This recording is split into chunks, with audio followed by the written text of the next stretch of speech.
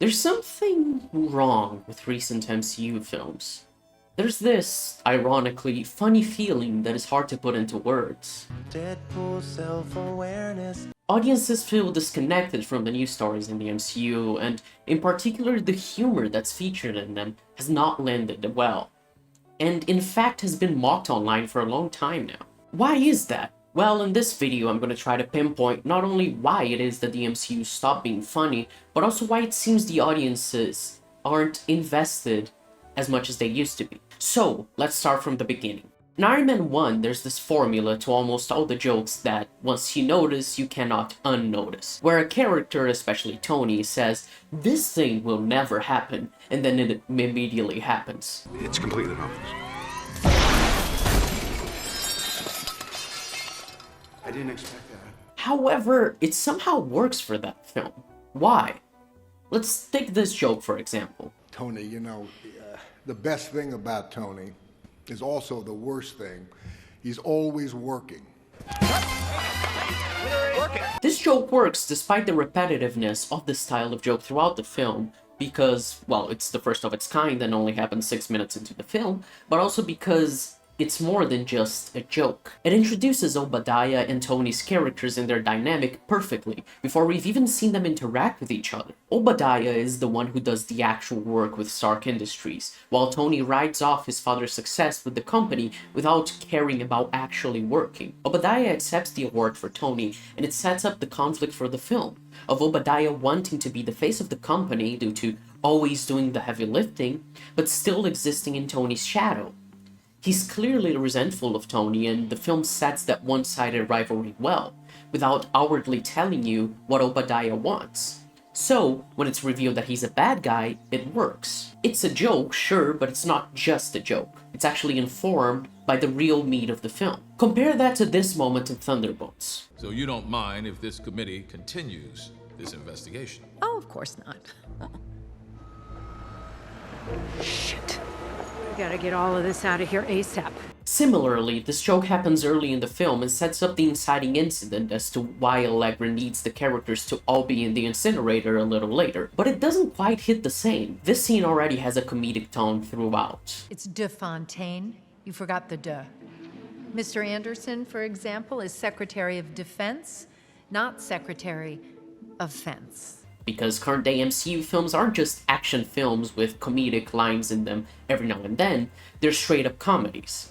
So it's harder to take the comedic hearing seriously when the scene doesn't take its very serious subject earnestly, which in turn makes Allegra feel less intimidating than the film would like you to believe she is. Tony, in Iron Man, starts out as this awful guy who doesn't take anything seriously because he's never had to, he's just a billionaire playboy.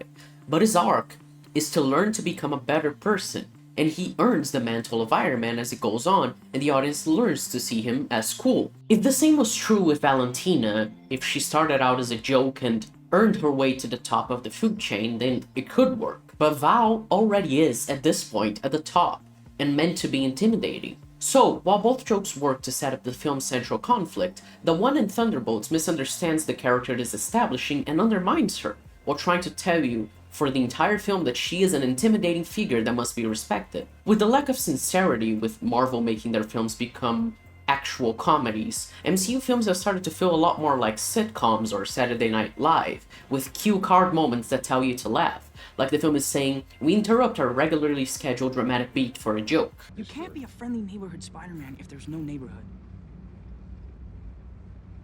Okay, that didn't really make sense, but you know what I'm trying to say. Not only does it ruin the drama of the scene, but it also messes with the pacing, because we just stop engaging with the film and it sidetracks to tell you what you just saw doesn't actually matter. You shouldn't be invested.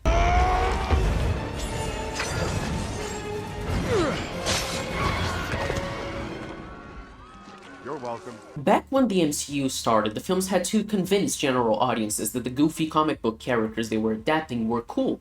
So you'd have moments like Iron Man shooting the tank in Iron Man 1.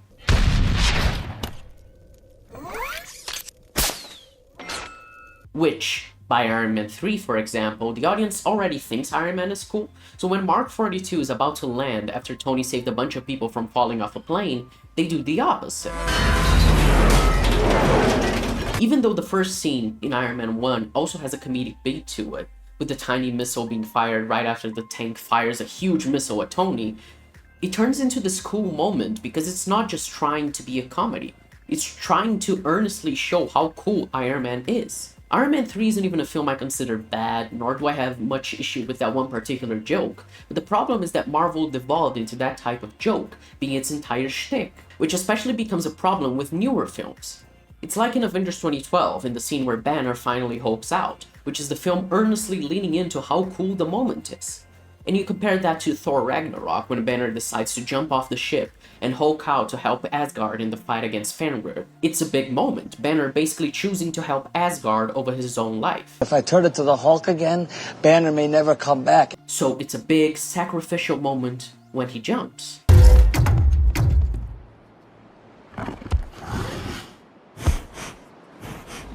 The moment isn't done for any reason other than the joke of anticlimax. There's no character reason or plot relevance, seeing as he hulks out off-screen 5 seconds later and fights Fenrir. It's just the film telling you it's not taking what is supposed to be a big moment seriously.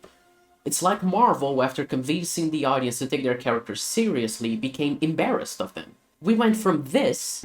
I'm always angry.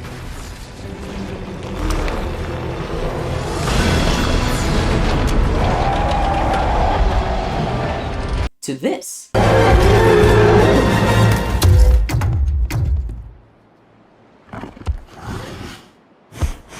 The lack of sincerity was already a problem before Avengers Endgame, but Marvel had enough goodwill from its audience where they could look past it and enjoy their films for the most part.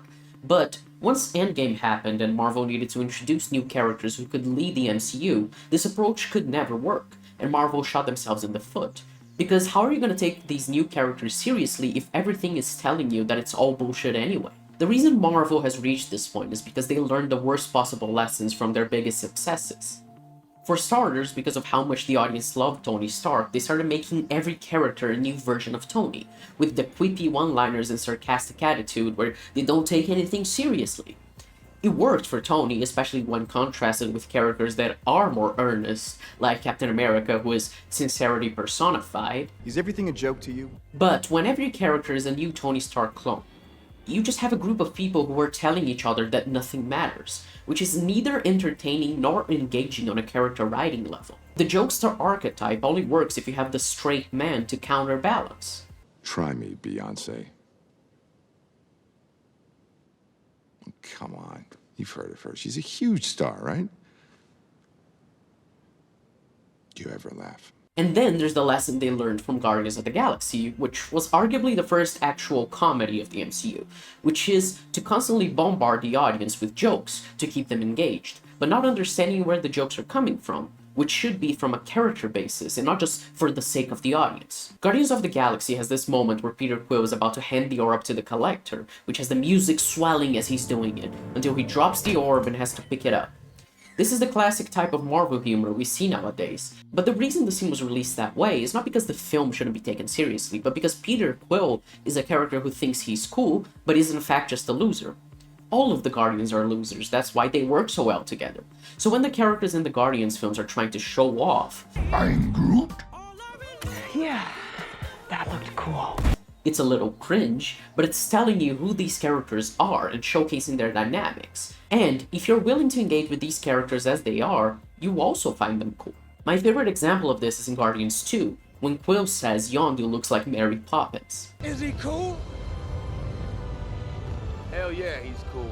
It's not just a surface level reference to another film, but also Yondu wanting to impress who he sees as his son, and Quill being happy to prop up Yondu, who he sees as his dad, instead of saying he's cringe, because he does think Yondu is cool. It was a moment perfectly set up to make fun of Yondu and take the sincerity out of the film, but James Gunn fully leans into it, and it makes for a heartfelt moment between Quill and Yondu. So Marvel since then has tried to make every new film an action comedy, and stop trying to take their own story seriously. The comedy is only forced in afterwards to fit the formula for what Marvel movies are, like the films are apologizing for existing. You could argue that Marvel films have been flanderized and are now parodies of themselves. What time is it, Ben? No, Johnny. Say it! I don't wanna! Say it! It's Clobber time! Marvel keeps trying to replicate the formula that worked for so long, and eventually they lost sight of what the formula even was. And you know, sometimes you make a copy of a copy, it's not quite as sharp as, well, the original. Marvel keeps copying itself, and each time it does so, it loses a little bit of what made Marvel work in the first place, until we reach the mess that the MCU is currently in, where no characters feel like actual characters, where nothing feels real, where nothing is taken seriously. And far enough down the line, there be monsters.